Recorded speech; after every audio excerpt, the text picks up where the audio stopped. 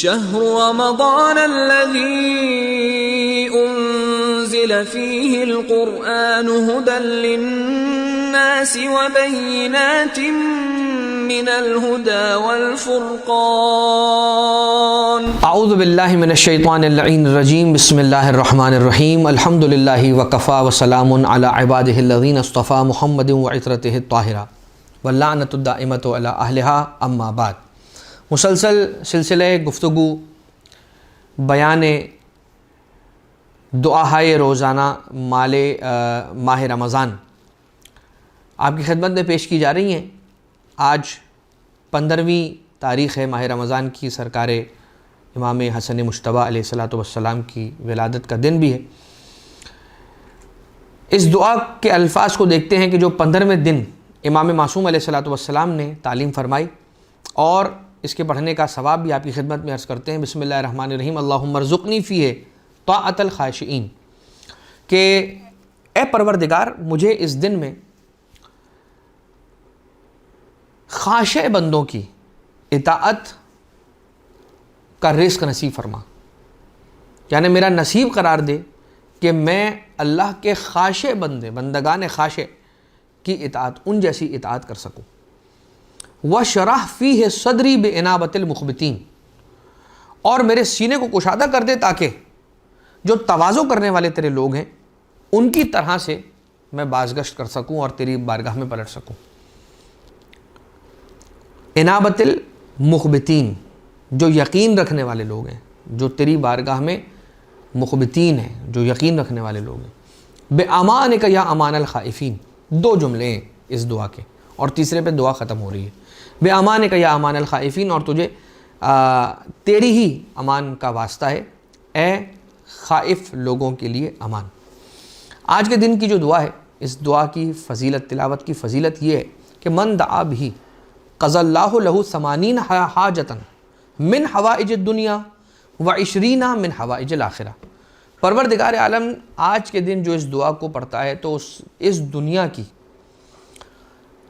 کی 80 حاجتوں کو پورا کرتا ہے، اور آخرت کی 20 حاجتوں کو پورا کرتا ہے اس دعا کی طرف۔ وَرُفِعَ لَهُ فِي جَنَّةِ الْفِرْدَوْسِ أَلْفَ مَدِينَةٍ فِي جَوَارِ النَّبِيِّينَ مِن نُورٍ يَتَلَأْلَأُ فِي كُلِّ مَدِينَةٍ، اور پروردگار عالم جنت الفردوس کے اندر اسے اس عالم میں بھیجتا ہے کہ جنت میں اس کے 1000 شہر ہیں، 1000 گھر نہیں، 1000 شہر ہیں، اور یہ 1000 شہر کہاں ہیں؟ فی جوار النبیین، نبیوں کے، انبیاء کے جوار کے اندر یہ 1000 شہر ہیں۔ من نور، ایک ایسے نور کے ساتھ یہ منور ہیں۔ یتلألأ فی کل مدینۃ الف غرفۃ، اور ہر شہر کے اندر 1000 کمرے ہیں کہ جو ایک نور کے ذریعے سے چمک رہے ہیں۔ فی کل غرفۃ الف حجرۃ، اور ہر گھر کے اندر 1000 حجریں، کتنا بڑا گھر ہوگا۔ ما نشتہی الانفس وتلذ الاعین، اور اس کے اندر ہر وہ چیز موجود ہوگی کہ جو انسان کا نفس چاہتا ہے، انسان کو خواہش ہوتی ہے، اور اس کی آنکھیں دیکھنا چاہتی ہیں، وہ اسے ملے گا۔ جو اس کا نفس چاہتا ہے وہ اسے ملے گا، جو آنکھیں دیکھنا چاہتی ہیں وہ اسے ملے گی، ہر وہ چیز جس کی وہ خواہش رکھتا ہے۔ یہ آج کے دن کی دعا کا ثواب، کی تلاوت کا ثواب کیا ہے؟ پہلا فقرہ اس دعا کا، اللہم ارزقنی فیہ طاعۃ الخاشعین، کہ پروردگار مجھے اس دن میں خشوع کرنے والے افراد کی اطاعت جیسی اطاعت کرنے کی توفیق عنایت فرما۔ خاشع بندوں کی اطاعت، خشوع کسے کہتے ہیں؟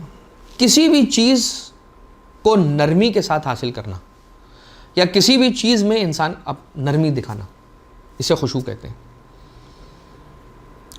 اب یہ جو خشوع ہے وہ پہلے انسان کے دل میں حاضر ہوتا ہے، اور یہ حالت اس کے بعد اس کی آنکھوں تک آتی، اور پھر یہ خشوع جو ہے وہ اس کی سماعت کے اندر پہنچتا ہے۔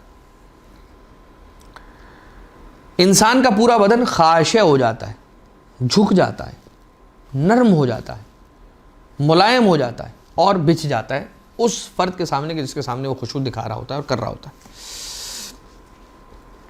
روایت میں یہ ملتا ہے کہ پیغمبر اکرم صلی اللہ علیہ وسلم نے ایک شخص کو نماز پڑھتا ہوا دیکھا، اور وہ نماز کی حالت میں اپنی داڑھی کو موو کر رہا تھا یا اس میں ہاتھ پھیر رہا تھا یا اس سے کھیل رہا تھا. رسول صلی اللہ علیہ وآلہ وسلم نے فرمایا لو خشع قلبہ لخشعت جوارحہ، اگر اس کا دل خشوع کی عالم میں ہوتا تو اس کے پورے بدن کے اعضاء و جوارح وہ بھی خشوع کے عالم میں ہوتے. نماز کے اندر خشوع کرنا ہوتا ہے کیا؟ اپنے ہاتھ اور اپنے پورے بدن کو پروردگار عالم کے سامنے ایسے سر تسلیم خم کر دے، جھکا دے، سرنڈر کر دے، ایسے کھڑا ہو جائے کہ جیسے بارگاہ الہی کے اندر سرنڈر ہو کے کھڑا ہوا ہے. لہذا پروردگار عالم کے ذکر کے لیے اس کی نماز کے اندر انسان کو چاہیے کہ اپنے آپ کو خشوع کے ساتھ اور نرمی کے ساتھ اور آمادگی کے ساتھ حاضر کرے اور لے کر جائے. اس کے لیے اپنی آنکھوں کو جھکا لے، اپنے ذہن کے تصورات کو جھکا لے، اپنے دل کو جھکا لے، اور صرف یہ خشوع جو ہے وہ انسان کے بدن کا نہ ہو، دل کا خشوع بھی ہو. اب کیا چیز ہے کہ جو انسان کو اسی دعا کے جملے کیا ہیں؟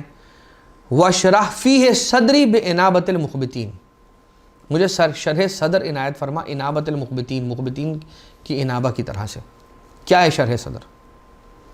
شرح صدر کے لیے کچھ چیزیں جو ضروری ہیں کہ جو انسان کے اندر ہونی چاہیے تو پھر اسے شرح صدر کی منزل نصیب ہوتی ہے. نمبر 1، اسے ڈبل مائنڈڈ نہیں ہونا ہے، دو دلی سے باہر آنا ہے، اور یکسوئی کے ساتھ اسے ایک راستے کا تعین کرنا ہے اور اسی راستے پر چلنا ہے. اس راستے پر آنے کا مصمم اور پختہ ارادہ کر کے آنا ہے کہ اس کے بعد اب بیک نہیں ہو سکتا، وہ پیچھے نہیں جا سکتا، اب اسی پہ آگے بڑھنا ہے. مشکل آئے، مصیبت آئے، امتحان آئے یا کوئی مرحلہ آئے، اسی راستے سے ہو کے گزرنا ہے. اور اس کے اندر اپنے دل کو کشادہ کر لے، کھلے دل کے ساتھ وہ کام انجام دے. نمبر 1. نمبر 2، اچھے اخلاق سے پیش آنا، یہ شرح صدر کے لیے بہت ضروری ہے. نمبر 3، عیبوں کی پردہ پوشی کرنا، دوسرے کے عیبوں پر پردہ ڈالنا، اس سے شرح صدر پیدا ہوتا ہے. اور نمبر 4، سکون، اطمینان، متانت، وقار، سکینت، یہ انسان کو اپنے اندر رکھنی ہے. آپ نے دیکھا ہوگا بہت سارے لوگ ہوتے ہیں جو بالکل کام ہوتے ہیں اور بہت غور سے اور سکون سے آپ کی بات سن رہے ہوتے ہیں، اور جب وقت آتا ہے تب بولتے ہیں، اور جب وہ بولتے ہیں تو ان کی بات میں، الفاظ میں اتنا اثر ہوتا ہے کہ جو سیدھا آپ کے دل میں جا کے بات اتر جاتی ہے. خاموش رہتے ہیں، سکون اور اطمینان ان کو بہت زیادہ ہوتا ہے.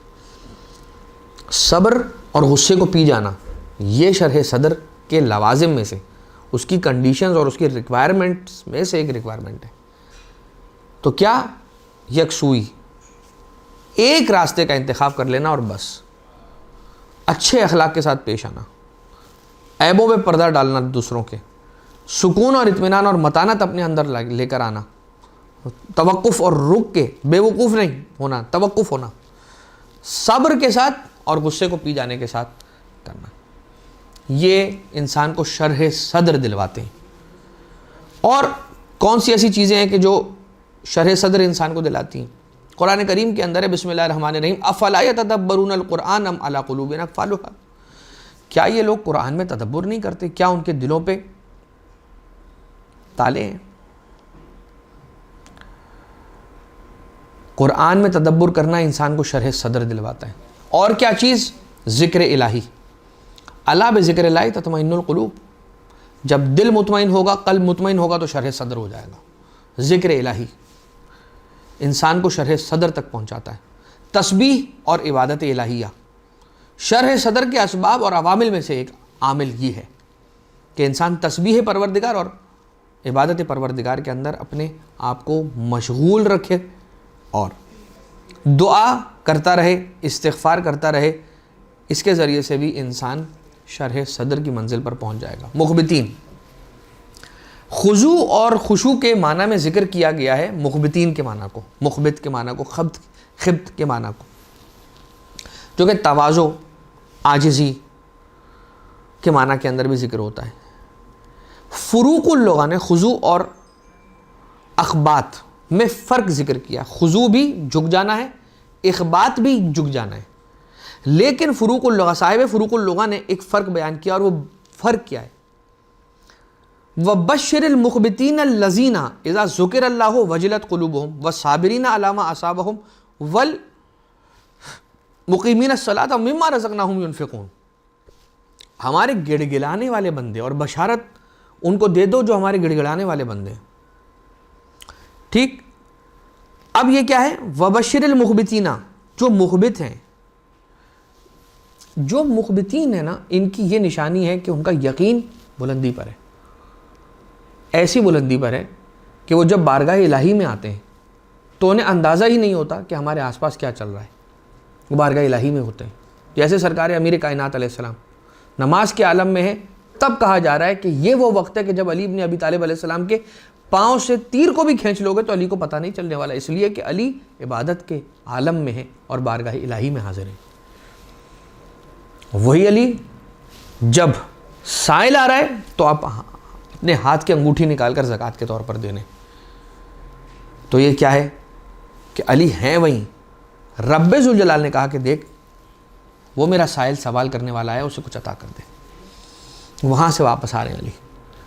لیکن مخبتین، کیسا یقین چاہیے کہ انسان مخبتین میں سے ہو جائے کہ پروردگار مجھے تواضع رکھنے والوں میں سے، ایک تو اطاعت خاشعین کی مجھے توفیق عنایت فرما، نمبر 2 مجھے شرح صدر عنایت فرما، اور مجھے انابت مخبتین، یعنی انابت مخبتین کے صدقے میں شرح صدر عطا فرما، تواضع کرنے والوں کی طرح، اور جو جھک جانے والے ہیں اپنے، جو اللہ کی بارگاہ میں جھک جاتا ہے پروردگار اس کے سینے کو کشادہ کر دیتا ہے۔ جو رب ذوالجلال کی ذات میں یقین کو پہم رکھتا ہے تو پھر پروردگار عالم اس کے سینے کو کشادہ کر دیتا ہے اور شرح صدر کر دیتا ہے اس کے لیے۔ لہٰذا رب ذوالجلال سے دعا کرتے ہیں کہ بار الہ پروردگار، اور تجھے واسطہ محمد و آل محمد کا، تجھے تیری امان کا واسطہ، اے خوف زدہ لوگوں کی امان اے پروردگار، تجھے تیرے محبوب ترین بندوں کا واسطہ، ہمیں شرح صدر عنایت فرما کہ ہمارا سینہ کشادہ ہو جائے، ہمارا یقین اور بڑھ جائے تیری ذات پر، اہل بیت اطہار علیہ السلام پر ہمارا یقین بڑھ جائے، ان کی معرفت میں اضافہ ہو جائے، اور ہمیں اپنی ایسی اطاعت کرنے کی توفیق عنایت فرما کہ جو تیرے خاشع بندے، جو تیرے سامنے آ کر سرنڈر ہو جانے والے ہیں، جھک جانے والے، بچھا دینے والے لوگ ہیں، ان کی طرح کی ہمیں عبادت کرنے کی پروردگارہ تو توفیق عنایت فرما۔ وما علینا الا البلاغ المبین، وصلی اللہ علی محمد وآلہ الطیبین الطاہرین۔